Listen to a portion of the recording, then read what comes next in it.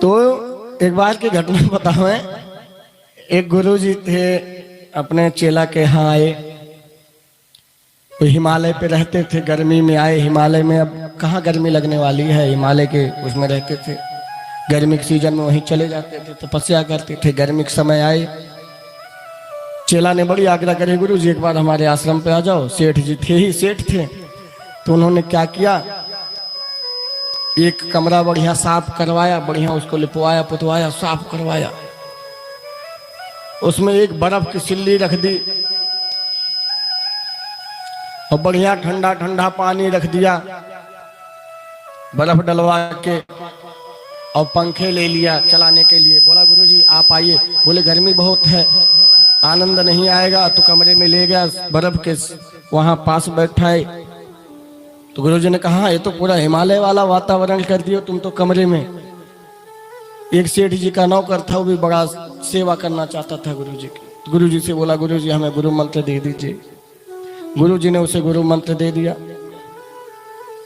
बोले गुरुजी एक दिन इस सेवक पर भी कृपा करो, हम भी सेवा कर ले। सेठ जी से बोला सेठ जी थोड़ा गुरुजी से कहिए ना, आ जाएंगे हमारे यहाँ भी। गुरुजी ने कहा ठीक है भैया आ जाएंगे। अब गर्मी में आए तो सेठ जी ने खूब बढ़िया पहले स्नान कराया उनको, खूब बर्फ के पानी से, फिर सिल्ली पे ले जाके बैठवा दिया।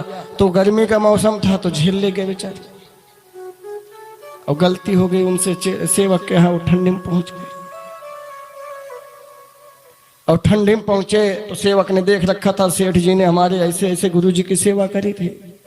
बोला गुरुजी बड़े भाग्य आप आए। गया, बोला कमरा, गुरुजी अब सेठ जी की इतनी तो व्यवस्था नहीं कर सकते हम, लेकिन सेठ जी से प्रयास करेंगे कम भी ना करें।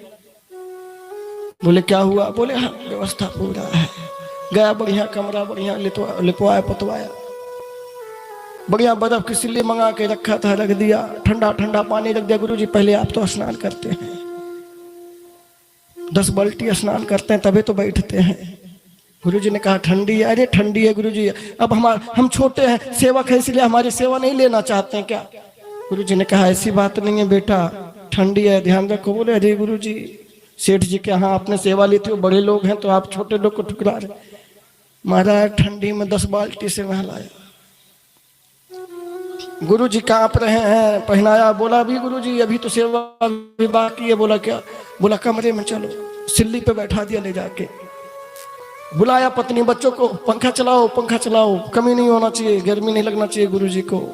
गुरुजी ने कहा ऐसी सेवा धन्य हो महाराज। तो कभी कभी सेवा बड़ी खतरनाक हो जाती है, तो सेवा का भी विचार होना चाहिए कि सेवा कैसे होना चाहिए, सेवा कैसे करें कि खुद भी ठीक रहे और सामने वाला भी ठीक रहे। अब लोग क्या करते हैं, गुरुजी को डायबिटीज है लेकिन चाय जरूर पिलाएंगे। गुरुजी प्रेम है स्वीकार कर लो, चाहे गुरुजी मर जाए नहीं मतलब।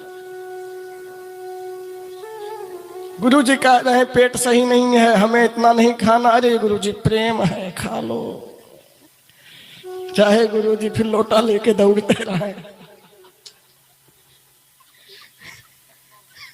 माई बाप कहने का भाव इतना है कि सेवा में भी ज्ञान बोध होना चाहिए। सेवा इस प्रकार से न कर दो सेवा नहीं कष्ट बन जाए, दुख बन जाए।